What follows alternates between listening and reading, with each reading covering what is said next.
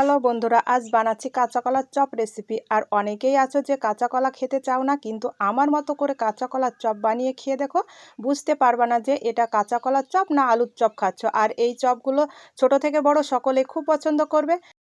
তোমরা কাঁচা কলার অনেক রেসিপি বানিয়েছো, কিন্তু কাঁচা কলার এই চপটা বানিয়ে চায়ের আড্ডায় খেয়ে দেখো, দারুণ লাগবে। আসো তাহলে দেখে নাও আমি কিভাবে এই চপটা বানিয়ে নিই। আমি 3টে কাঁচা কলা নিয়েছি, আর কলাগুলোকে আমি প্রেসার কুকারে দিয়ে সিদ্ধ করে নিয়েছি। এইভাবে ম্যাশ করে নিচ্ছি, আর কলাগুলোকে ঠিক এরকম করে মিহি করে ম্যাশ করে নিতে হবে। আর এখানটায় আমি কোনো আলু ব্যবহার করছি না। চুলাতে আমি কড়াই বসিয়ে দিলাম, একটু সরিষার তেল দিয়ে দিলাম।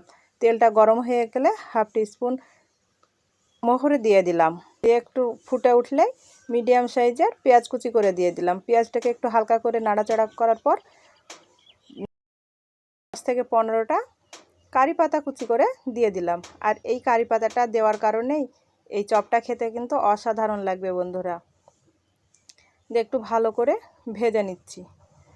ভাজা হয়ে গিয়েছে। এই পর্যায়ে 1 চা চামচ আমি কাঁচা লঙ্কা বেটে দিয়েছি। ঝালটা তোমাদের পছন্দ মতো তোমরা দিয়ে নিবা, যেরকম ঝাল খেতে চাও সেই রকম ঝালটা দিয়ে দিবা। আর এখানটায় 1 টেবিল চামচ আদা রসুন বাটা দিয়ে দিলাম। দিয়ে ভালো করে একটু ভেজে নিচ্ছি, যাতে আদা রসুনের কাঁচা গন্ধটা চলে যায়। দেখো ভাজা হয়ে গিয়েছে। এই পর্যায়ে 1 চা চামচ জিরা বাটা, হাফ চা চামচ ধনিয়া গুঁড়ো, স্বাদ মতো লবণ আর হলুদ দিয়ে মশলাটাকে ভালো করে কষিয়ে নিব। কলার তো অনেক ধরনের রেসিপি খেয়েছো, কিন্তু এইভাবে কলার চপটা বানিয়ে খেয়ে দেখো এবং সবাইকে খাইয়ে দেখো, কেউ বুঝতেই পারবে না যে এটি কলার চপ না আলুর চপ খাচ্ছে। দেখো আমার মশলাটা ভাজা হয়ে গিয়েছে। এই পর্যায়ে ম্যাশ করা কলাটা দিয়ে দিলাম। দিয়ে ভালো করে মশলার সঙ্গে একটু ভালো করে ভেজে নিচ্ছি। আর দেখো কলার পুরটা একটু ঝরঝরা হয়ে আছে। এই পর্যায়ে তোমরা অল্প একটু পানি দিয়ে দিবে, তাহলে দেখবে আঠালো ভাবটা চলে আসবে। তাহলে চপগুলো তৈরি করতে সুবিধা হবে।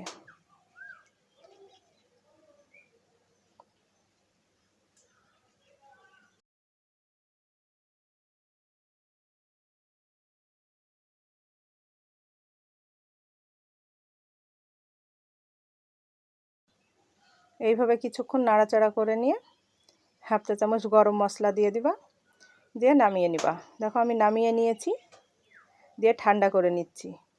আর এখানটা একটি ব্যাটার তৈরি করে নিচ্ছি। এখানটা আমি বেসন নিয়ে নিচ্ছি 4 থেকে 5 টেবিল চামচ।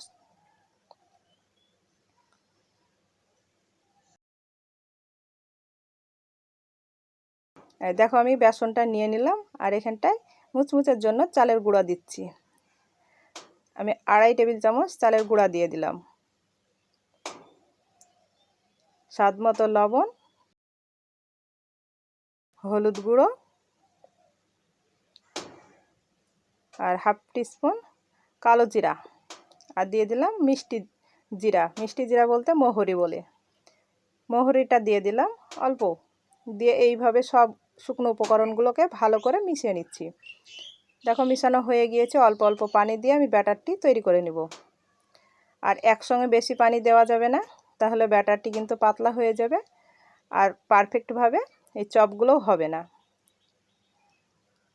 দেখো এইভাবে ভালো করে মেখে নিতে হবে। আর এই ব্যাটারটি যত ভালো করে ফেটিয়ে নেবেন, ততই এই চপগুলো মুচমুচ করবে আর খেতেও কিন্তু দুর্দান্ত লাগবে।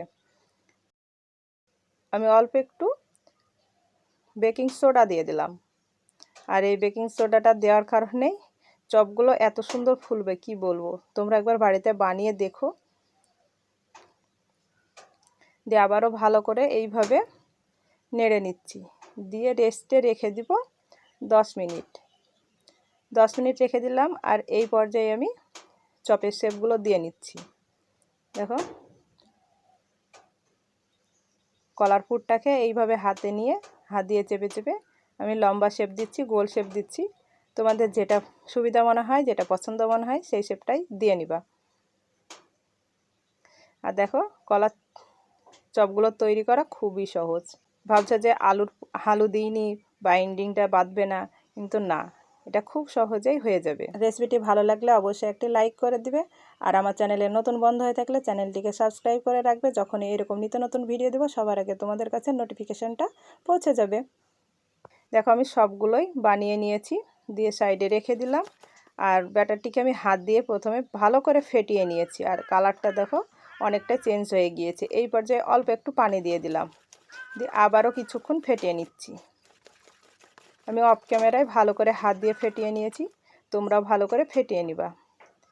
দেখো হয়ে গিয়েছে। এই পর্যায়ে আমি একটি চপ দিয়ে দিলাম, দিয়ে এইভাবে ব্যাটারে উল্টিয়ে পাল্টিয়ে নিয়ে তেলে ছেড়ে দেবো। আর আগে থেকে চুলাতে কড়াই বসিয়ে দিয়েছি, আর খুব বেশি তেলটা আমি দিইনি, খুব বেশি ডুবো তেলে আমি ভাজছি না। তোমরা চাইলে বেশি তেল দিয়েও ভেজে নিতে পারো। দেখো এক এক করে সব দিয়ে দিলাম, এক এক করে দিয়ে দিলাম, দিয়ে এক পাশ হয়ে গেলে এইভাবে উল্টে নিচ্ছি।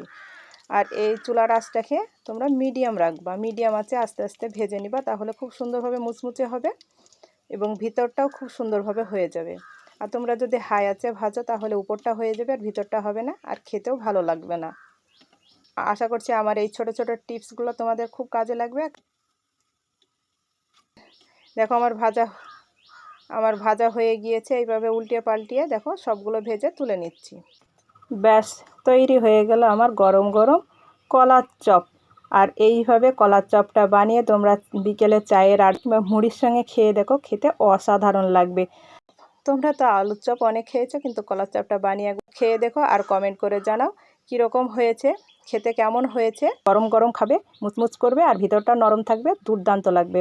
আজ এই পর্যন্ত, আবার কোনো নতুন রেসিপি নিয়ে আসবো। ভালো থাকবা, সুস্থ থাকবা।